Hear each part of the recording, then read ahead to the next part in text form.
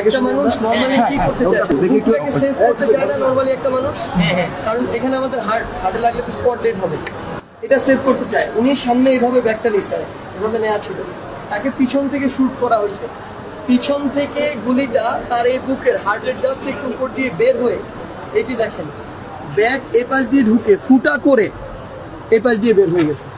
ছাত্র ভাইদের সাথে আমি আন্দোলনে যোগ দিই। আমাদের কয়েকবার ধাওয়া পাল্টা দেওয়া করার পরে আমরা গলি ভিতর চলে যাই।